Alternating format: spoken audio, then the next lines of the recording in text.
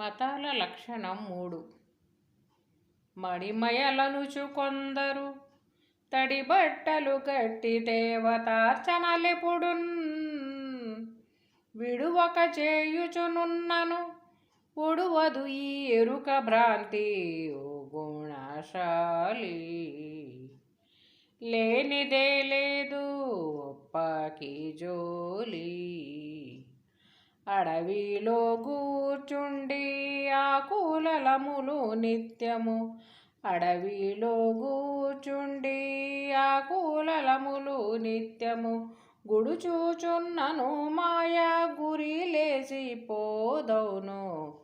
పొడమిలో సన్యాసమని తను పోషణార్థము చేయుచున్నను కడుపు కొరకే గాని తన గతి గానరైరి భ్రాంతి వలన ఓ గుణశాలి. లేనిదే లేదు ఒప్పకి జోలి. జై నిజ గురుభ్యో నమః. ఓరోజు వీరయాఖ్యాతి విరచితమైన శుద్ధని గుణ పరతత్వ బోధామృత కందార్థములలో మతాల లక్షణంలో 3వ కందార్థం. శిష్య, ఈ మతవాదుల యొక్క మత లక్షణాలు ఎలా ఉంటాయి అనేటువంటి భావనలో ఇప్పటివరకు కొంత తెలియజేశాను. ఇంకా చెప్తున్నానయ్యా. మడి మయలనుచు కొందరు తడి బట్టలు గట్టి దేవతార్చనలెప్పుడు. మడి ఉదయాత్పూర్వమే లేచి మడి కట్టుకుని స్నానం చేసి ఆ వస్త్రాల్ని కట్టుకుని చాలా నియమం ప్రకారం పాటిస్తూ వారి పెద్దలు ఏదైతే తెలియజేశారో ఇదంతా ఒకటి శిష్య. ఎలా అంటే మా తండ్రి గారు నాకు ఏదైతే నేర్పారో దాని ప్రకారమే నేను నడుస్తూ వెళ్తాను. మా తండ్రి గారికి వారి తండ్రి గారు నేర్పటం, వారి తండ్రి గారికి వారి తండ్రి గారు నేర్పటం అలా వస్తూ ఉన్నది. అలా ఆ విశ్వాసం ఆ నమ్మకంతోనే వస్తూ ఉన్నవి ఈ మతాలన్నీ కూడా. కొందరు మైల అంటారు. ఈరోజు మైలై ఉన్నారనో లేకపోతే ఈ శౌచములు ఏవైతే ఉన్నావో మృత శౌచం, జాత శౌచం, ఈ శౌచాలకి కట్టుబడి ఉంటారు. తడి బట్టలు కట్టి దేవతార్చనలు ఎప్పుడు అలా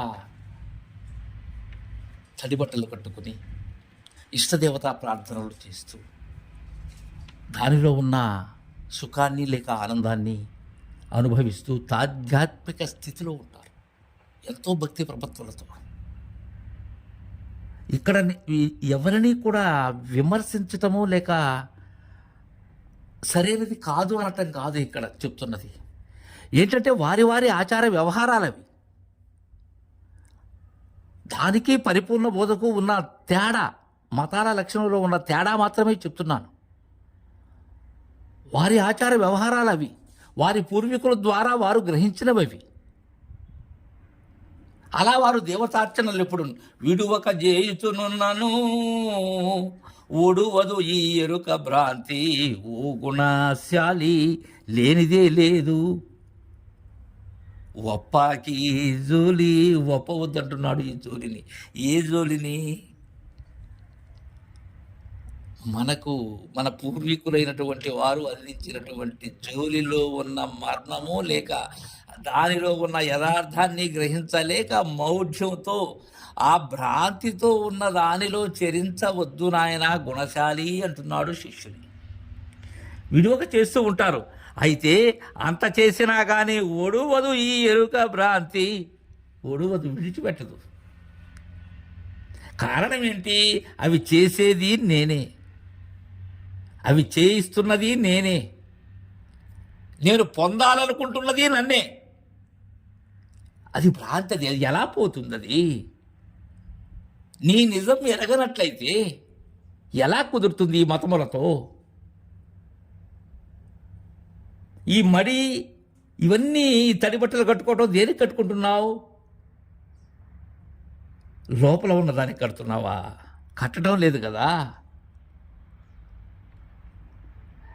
ఏదైతే బాహ్యముగా ఉన్నదో ఈ మాంసమయమైనటువంటి శరీరము, దేహం ఏదైతే ఉన్నదో దానికి కడుతూ ఉన్నావు.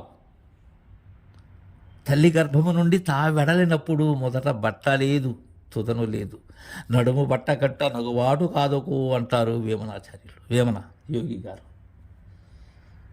మొట్టమొదట పట్టలా, ఏం పట్టలేదు మొదట, ఈ భ్రాంతి అనేది పట్టలా. ఎప్పుడు పట్టింది ఇది? మధ్యలో పట్టింది. సరే, తుదను ఉన్నదా భ్రాంతి? లేదు.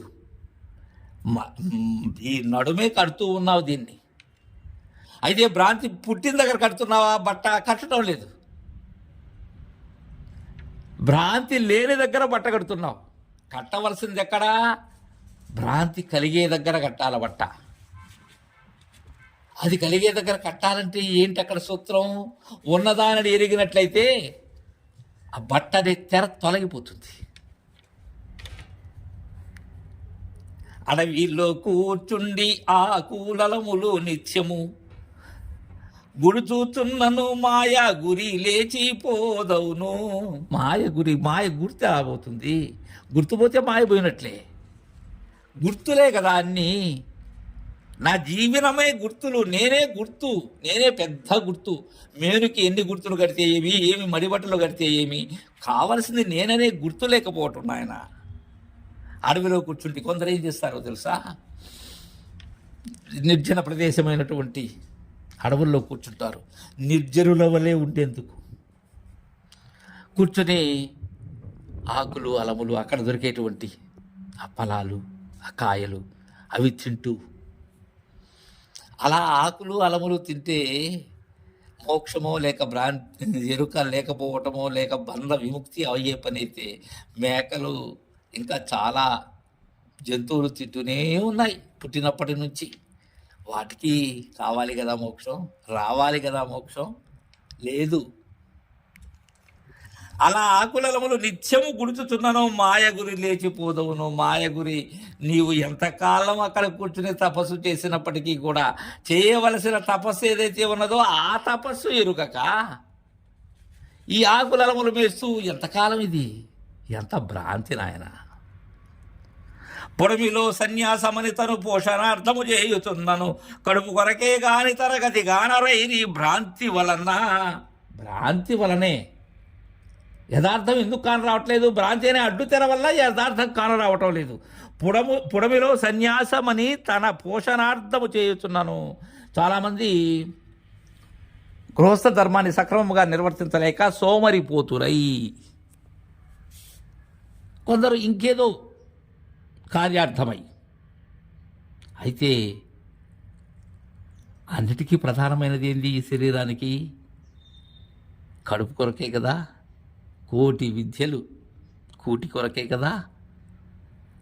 దానికి వల్ల ఎన్నెన్నో పేర్లు. సన్యాసం అది ఒక ఆశ్రమం అని.